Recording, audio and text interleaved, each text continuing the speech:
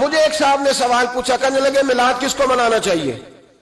میں نے کہا اس بیٹی کو منانا چاہیے میلاد جو زندہ ہوتی تھی تو دفن کر دیا جاتا تھا، پر میرے رسول نے فرمایا اب جو بیٹی پالے گا نا میں اس کا بازو پکڑ کے جنت میں ساتھ لے کے جاؤں گا۔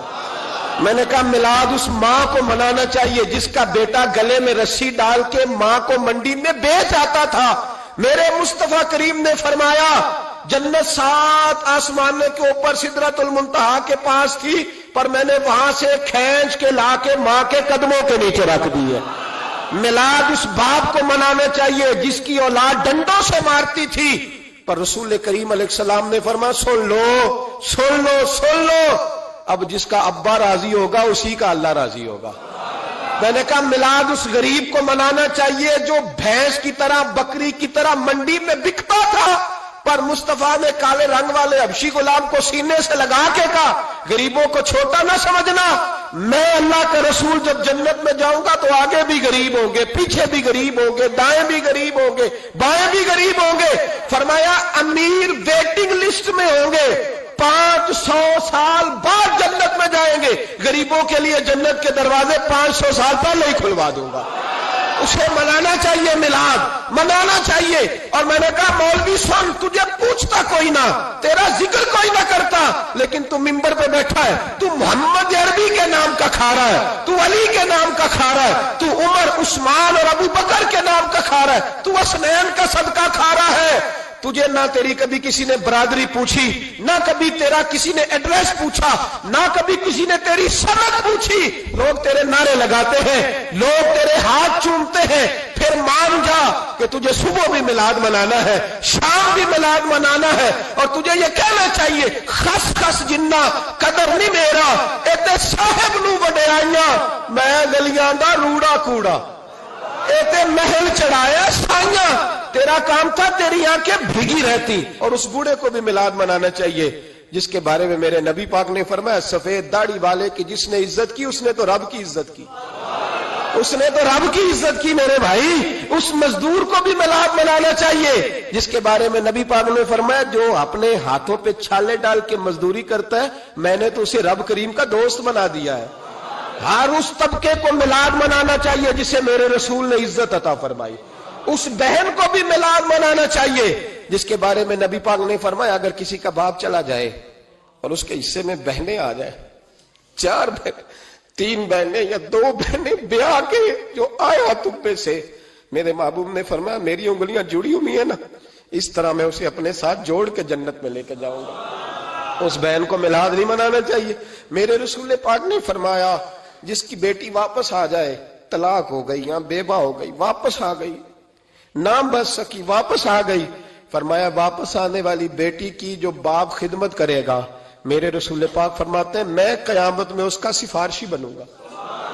تو اس بیوہ کو اور طلاق یافتہ کو میلاد نہیں منانا چاہیے، وہ اس رسول کا ذکر نہیں کرے گی جس نے اتنا درجہ دے دیا، اتنا نواز دیا، اور تجھے تو صبح و شام میلاد میلاد کرنا چاہیے تھا، تجھے تو صبح و شام درود درود کرنا چاہیے تھا، سلام کے گجرے بھیجنے چاہیے۔ یا رسول اللہ کہتے تیری زبان جو ہے وہ ہر وقت تر رہنی چاہیے تھی، تو بحث کر رہا ہے، تو اس پہ دلیلیں دے رہا ہے، تو اس پر باتیں کر رہا ہے۔ حضرت عمر سے پوچھنا، حضرت عمر سے، جناب اسامہ بن زید رضی اللہ تعالیٰ عنہ حضور کے غلام تھے، نبی پاک ان سے بڑا پیار کرتے تھے۔ ایک جنگ میں پیسے آئے تو حضرت عمر فاروق رضی اللہ تعالیٰ عنہ نے 25,000 دیا اپنے بیٹے کو، اور اسامہ بن زید کو 50,000 دینار دیے۔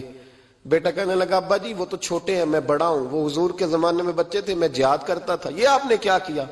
تو حضرت عمر رو پڑے، کہنے لگے بیٹا یہ تیرے باپ کے سر پر جو عزت کے بال ہے یہ مصطفیٰ کے اگائے ہوئے ہیں، یہ نبی پاک۔ اسامہ سے نبی پاک کا پیار بڑا تھا، حضور کی محبت بڑی تھی۔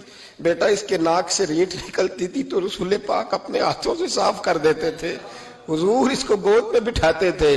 میں کیسے بھول جاؤں رسول پاک کے احسانات کیسے۔ حضرت عمر جا رہے تھے مکے کے رستے میں ایک تنا آیا، کھجور کا خشک تنا، حضرت عمر نے اس کو بازوؤں میں لے کے رونا شروع کر دیا۔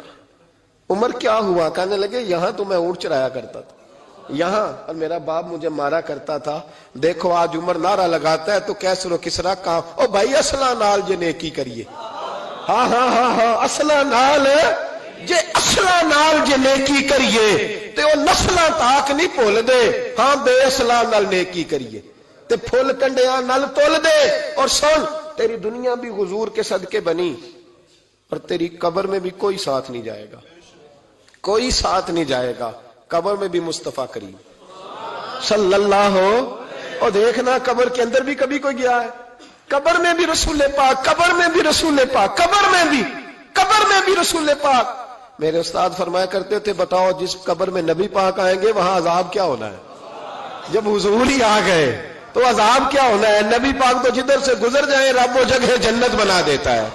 وہاں کیا عذاب ہونا ہے؟ وہاں تو دیدار ہونا ہے. تیری قبر میں بھی نبی پاک. اور حضور نے فرمایا میزان عمل پہ عمل تولیں گے تو پھر بھی میں تمہارے پاس ہوں گا. حضور علیہ السلام نے فرمایا پل صراط سے گزرو گے تو پھر بھی میں تمہارے پاس ہوں گا. اور میرے رسول پاک علیہ الصلوۃ والسلام نے فرمایا جب تم جنت میں جانے لگو گے تو پھر بھی میں تمہارے. تو بتا تیرے رسول تو ہر وقت تیرے ساتھ ہے, تو کب نبی پاک کے ساتھ ہوتا ہے؟ تو بتانا تو کب نبی پاک کے ساتھ. میں چھوٹے جلسے کا قائل ہوں, لمبی محفل میں گزارش کرتا ہوں دوستوں سے کہ لمبا جلسہ نہ کرو.